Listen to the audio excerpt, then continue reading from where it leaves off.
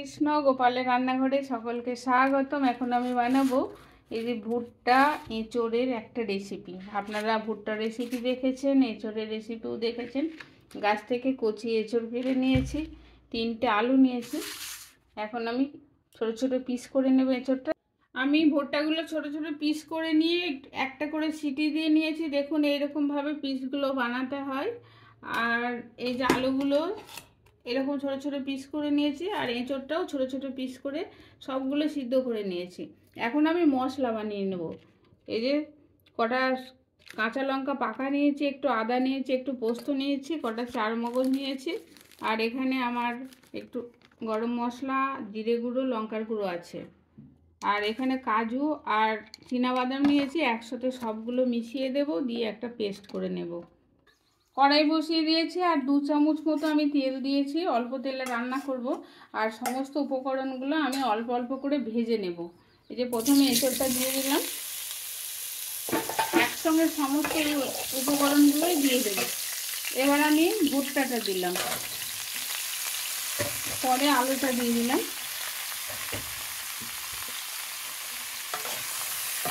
এগুলো হালকা আঁচে আমি একটু নেড়ে নেব।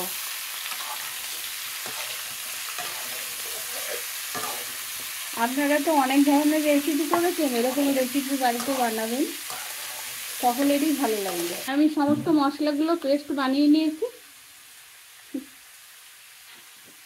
এই যে সুন্দর একটা টেস্ট হয়েছে। এখন আমি স্বাদ অনুযায়ী লবণ দেব আর হলুদ দেব।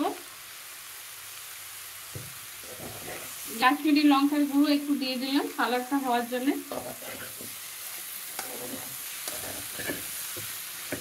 একটু ভালো করে এবার উল্টে পাল্টে নেড়ে নিচ্ছি। আর সাইডে আমি গরম জল বসিয়েছি, গরম জলটা দিয়ে দেব। এখন আমি গরম জলটা দিয়ে দিলাম। যে কোনো সবজিতে গরম জল দিলে কালারটা সুন্দর হয়, টেস্টটাও খুব সুন্দর হয়। পাশে একটা কড়াই বসিয়ে দিয়েছি, 1 চামচ ঘি দিয়ে দিলাম। ঘিটা গরম হতে হতেই আমি 2টো তেজপাতা, 3টে শুকনো লঙ্কা দিলাম, 1 চামচ ফোড়ন দিলাম, 5 ফোড়ন। এটা নেড়ে নেব। এখন আমি 1 চামচ চিনি দিলাম, মশলাটা দিয়ে দিলাম যেটা পেস্ট করে রেখেছিলাম। ভালো করে ভেজে নেব যতক্ষণ না তেল ছাড়ছে। তারপরে এই যে আমি সবজিটা ওই দিকে বসিয়েছি, এটাতে মিশিয়ে দেব। এবার কাসুরি মেথিটা আমি একটু 2 হাত দিয়ে ভালো করে ডলে নিলাম, নিয়ে মিশিয়ে দিলাম।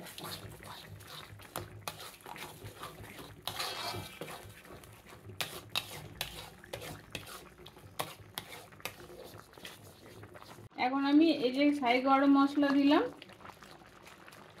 আর একটু জিরের গুঁড়ো মিশিয়ে দিলাম। মশলা আমি ওই সবজির মধ্যে মিশিয়ে দেব।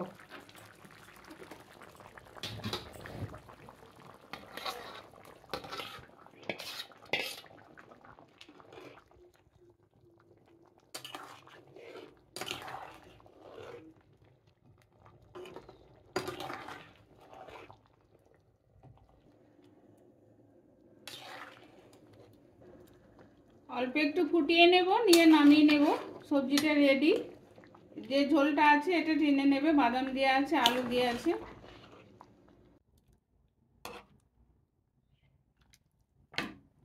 ভুট্টা এঁচোড়ের তরকারি সম্পূর্ণ তৈরি।